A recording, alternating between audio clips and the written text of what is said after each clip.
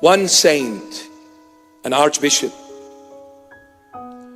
when they came, he established this charity called Brothers in Christ, reaching out to the poor. When they came and showed him, they said, Father, look, we bought a few things for these poor people. They brought to him, he was sitting in the car, they brought to him a pair of shoes. They were going to hand it out to the poor people. You know what he did? This bishop, this archbishop, this saint, he took those pair of shoes, he kissed them and put them on his head. He said, tell those poor people, my heart is with you. And tears were gushing down his face. My heart is with you.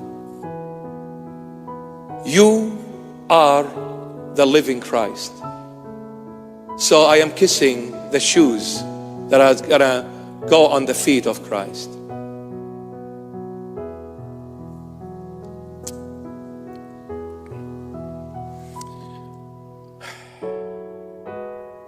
If we remember those who are suffering, the Lord will remember us when we are suffering.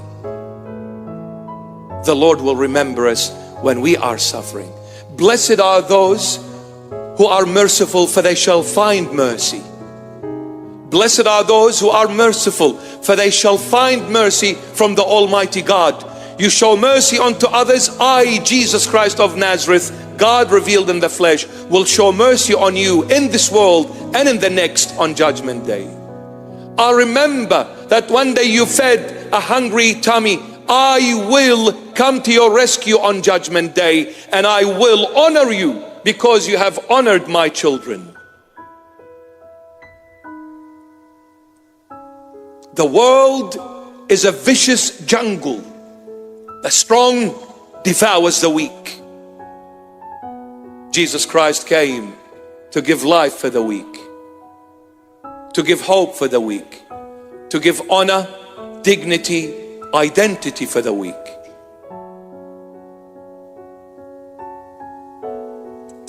And one last thing I'll say about this parable, which is a true story. The question is now, this rich man went to Hades. He ended up in Hades. Hades means he is separated from God. The true death is when the spirit separates from its creator. So if somebody says when people leave this realm, they are dead, they don't hear us, they don't communicate, they don't talk, that is not true. Read the Gospel of Saint Luke chapter 16. So this man went into Hades, meaning he is truly dead, the spirit separated from God. Yet, was he dead? No. He is actually conversing with our father Abraham. Secondly, how did he recognize Abraham? Abraham is 2,000 years before the Lord Jesus. This man was at the time of the Lord. How did he recognize Abraham? One. And how did he remember he had 5 brothers on earth and he was interceding for them? He's not dead. Yet he is in Hades, he's burning. So if the one in Hades is interceding for the well-being of his brothers on earth, how much more those who are in paradise in the presence of the Lord Jesus? How much more they are living, how much more they are interceding for our salvation. How much more? But how did he remember?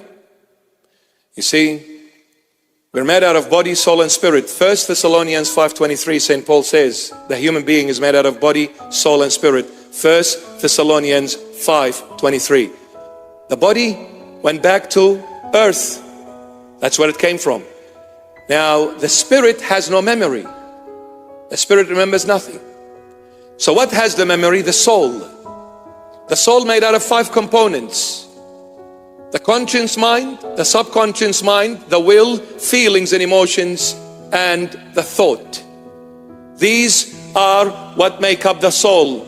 Now, the subconscious mind is your memory.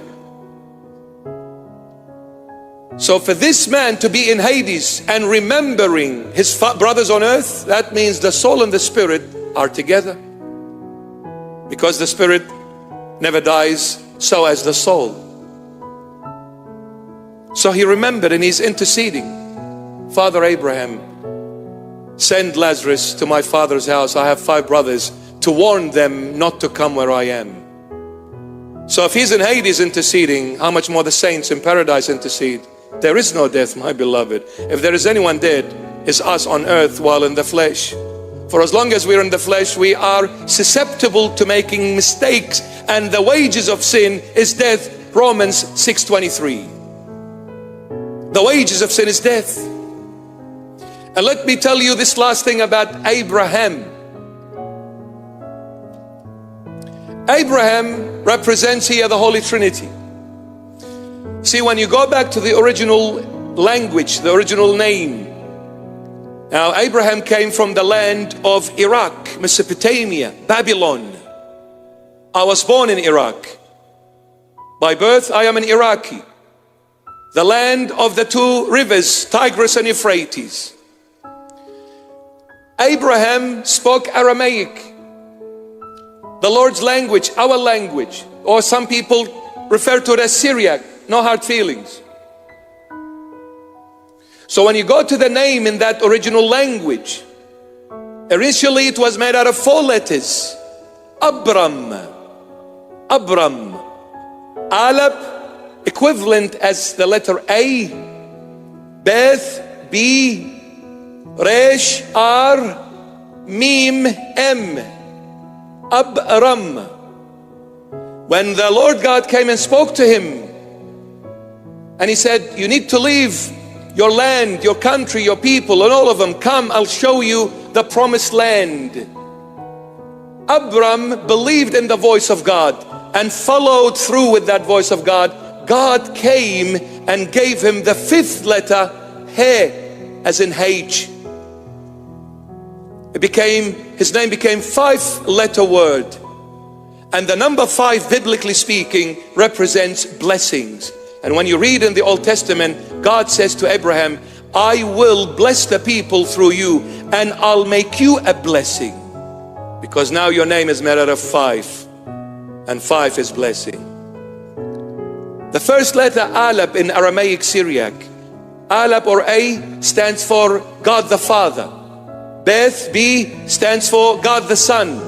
Resh, R, stands for God the Holy Spirit. Then M, Mim, for Ma'mudita, holy baptism. And H, He, for Haymanuta, faith. So Abraham is Father, Son, Holy Spirit, baptism, holy baptism, faith. When you have faith in the name of the Father and of the Son and of the Holy Spirit, and you get baptized in this name by faith, you are the son of the kingdom. You are in the bosoms of Abraham, in the bosoms of the Holy Trinity.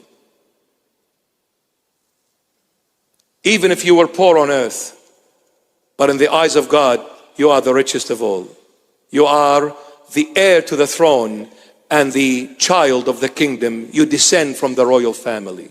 Your father is the King of all kings and the Lord of all lords. You are a king and a queen in his presence.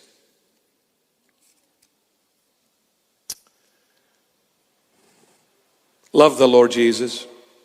Seek the Lord Jesus. And ask the Lord what he wishes to do in your life.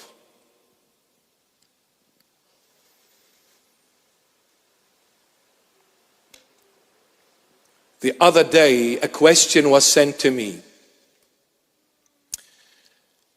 And it was directed at me. And the question said, Bishop Murray, what changed in your life after the incident? What changed in your life after the incident? And I'll leave you with it. I said, without thinking about it, or even blinking twice about it, I said, one thing, my dear, definitely has changed. My love for my sweetheart, Jesus Christ of Nazareth. That changed after the incident. Prior to the incident, if I had loved him once, after the incident, I love him a million zillion times moreover. Because it matters not what we go through. What matters is to be with him at the end. Is to be with him at the end.